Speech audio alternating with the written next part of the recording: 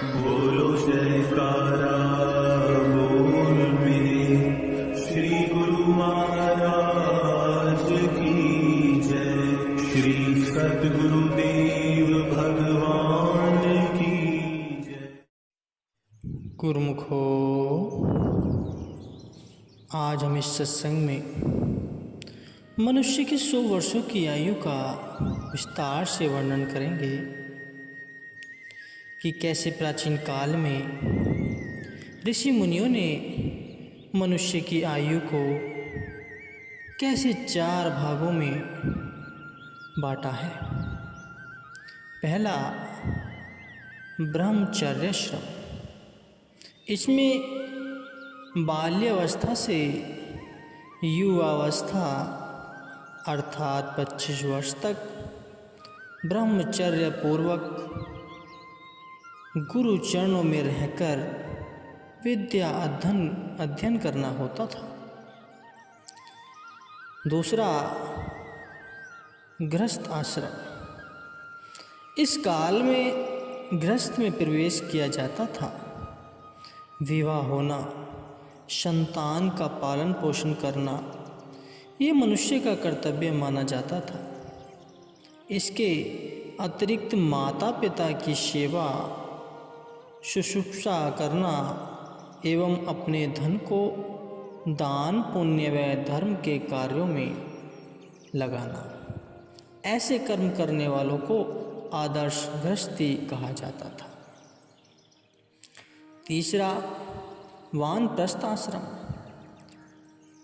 इस अवस्था में घर छोड़कर तपोवन में रहते हुए मोह ममता को दिल से निकालना होता था। अपने शरीर व विचारधारा को मालिक के भजन स्मरण व ध्यान में लगाने को वानप्रस्थ श्रम कहा जाता था। चौथा, संन्यास आश्रम। चौथी अवस्था संन्यास की मानी गई है। आयु के चौथे भाग में स्त्री, पुत्र, घर, धन, दौलत, रिश्ते नातों आदि का दिल से त्याग करके किसी एकांत अवस्था, साधु महात्माओं के आश्रम तथा गुरुकुल, जंगल या पहाड़ों की कंदराओं गुफाओं में जाकर आयु के शेष समय को वहाँ व्यतीत करना किया जाता था। भजन अभ्यास और साधना से आत्मा का साक्षात्कार करना ही मनुष्य का अंतिम ध्येय था। गुरुमुखो, इन चारों अवस्थाओं के नियमों पर चलने वाले मनुष्य का जीवन सफल समझा जाता था। परंतु आज के युग में इन नियमों पर चलना सबने नितांत विस्मृत कर दिया है, खो दिया है। अपितु ऐसा कहा जाए कि वर्तमान काल में प्राचीन मर्यादा अधिकांशतः लुप्त हो गई, खो गई। तो ऐसा कहना अनुचित न होगा। इसलिए वर्तमान समय में जनसाधारण की दीन अवस्था देखकर किसी एक महात्मा जी ने मनुष्य की 100 वर्ष की आयु को 10 भागों में विभक्त करके बताया है। पहला, जन्म से लेकर 10 वर्ष तक की आयु मनुष्य के मन में खेलने कूदने का शौक रहता है। इन दिनों में खाने पीने की कोई चिंता नहीं होती। यह निश्चिंतता की अवस्था होती है। दूसरा, 10 वर्ष से ऊपर उठने पर 20 वर्ष की अवस्था तक यौवन का ऐसा प्रबल नशा रहता है जैसे कि सिंह शेर जंगल में गरजता और दहाड़ता है। इसी तरह मानव भी यौवन के मद में अपने तुल्य किसी को कुछ न समझ धरती से ऊंचा ऊंचा उठता रहता है। तीसरा, 30 वर्ष की आयु तक पहुँचते पहुँचते मनुष्य परिणय सूत्र में बंध जाने पर संतान प्राप्ति का इच्छुक रहता है। यहीं से ही मोह ममता के बंधन की नींव पड़ जाती है। और चौथा, 40 वर्ष की आयु में स्त्री पुत्र परिवार आदि खाने तथा पढ़ाई इत्यादि के लिए खर्च मांगते हैं। उनकी इच्छा पूर्ति के लिए मनुष्य को अधिक से अधिक परिश्रम करना पड़ता है। कभी तो इच्छा न होने पर भी बरबस काम करना पड़ता है। जैसे बैल के गले में जुआ पड़ा होता है, किसान डंडे मार कर उसे गाड़ी व हल में जोतता है। इस तरह 40 वर्ष की आयु में परिवार पालने हेतु धन इकट्ठा करने की मनुष्य के गले में जुए की तरह काम करते हुए वह दिन रात धन प्राप्ति के लिए कार्यों में जुटा रहता है। पांचवा, 50 वर्ष की आयु में पहुंचने पर घर के बहुत से काम धंधे व झमेले बढ़ जाते हैं, जिनमें कि वह मकड़ी की भांति जाल में फंसा रहता है। उनसे किसी प्रकार से छूट नहीं पाता। पुत्र पुत्रियों के विवाह की चिंता, साथ ही घर के खर्च की चिंताओं में डूबा रहता है। यद्यपि इन झंझटों से मुक्त होना चाहता है, लेकिन सांसारिक कार्य व्यवहारों में ऐसा धंसा होता है कि उनमें से निकल नहीं सकता। और छठा, 60 वर्ष की आयु तक जब पहुंचता है तो घर में बहुएं आ जाती हैं। वे कहती हैं कि पिताजी, आपके हर समय घर में रहने से हमें मुंह ढक कर रहना पड़ता है।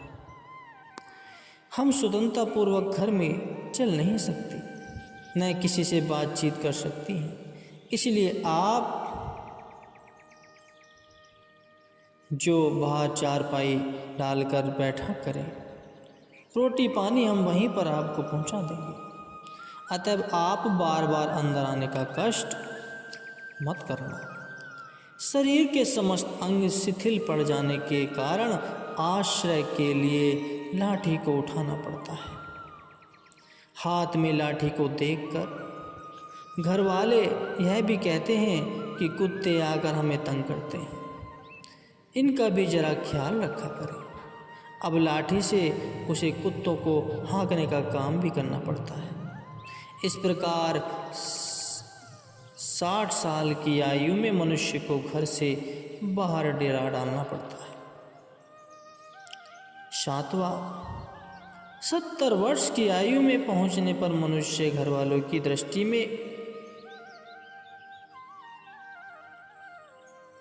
बुद्धिहीन समझा जाता है। पुत्र पोते उससे किसी काम की सलाह नहीं लेते। वे लोग बूढ़े से स्वयं को अधिक समझकर उसकी बातों पर ध्यान नहीं देते।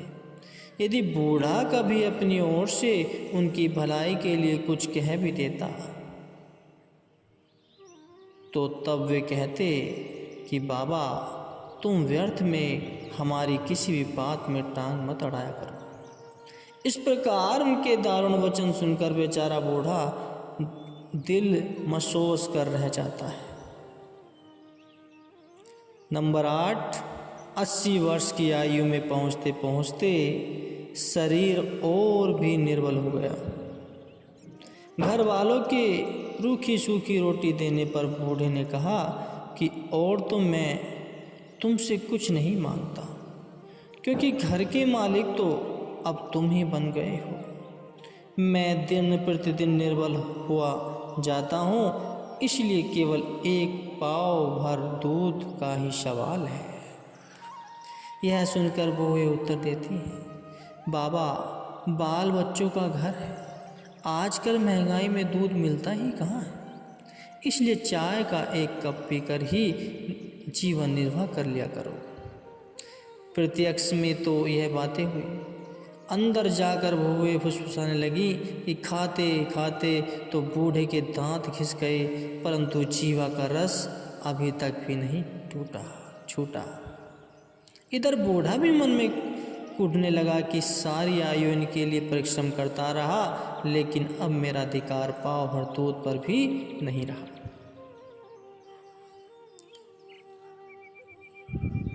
नंबर 9, 90 वर्ष की आयु में शरीर की समस्त नस नाड़ियाँ ढीली पड़ गई, जिससे शारीरिक क्रिया करनी भी दुष्कार हो गई।